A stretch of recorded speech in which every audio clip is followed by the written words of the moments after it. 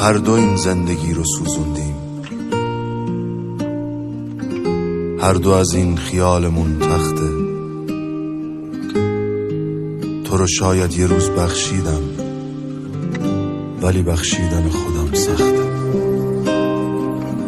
همه چی داشتیم و بد بودیم، فکر کردیم این یه تضمینه.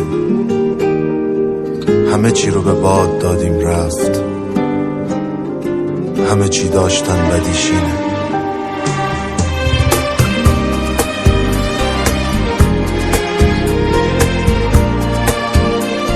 هیچ نگران نباش، مهریتو کامل میدم، خونم روش، ماشینم روش، فقط دیگه نبینمت. یعنی حالم ازت به هم میخوره که همه چیزت شده پول، فقط پول. تو از من چی رو میگیری؟ همین حسی که بخشیدی. چه فردایی تو رویاته که امروز اونو فهمیدی؟ من از تو چی رو میگیرم که تن میدی به تبعیدم؟ نرو دنبال آرامش، من این حسو بهت میدم.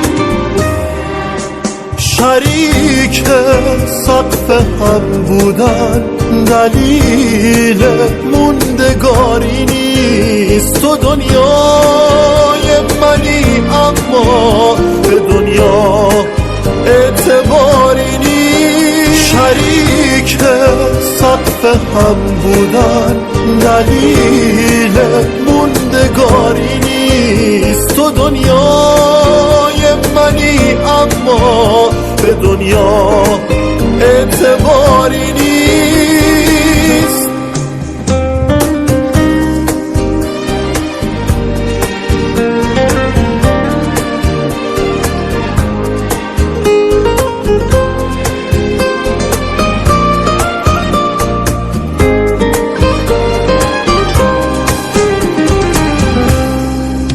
سراب پیش چشماتو یه اقیانوس میبینی.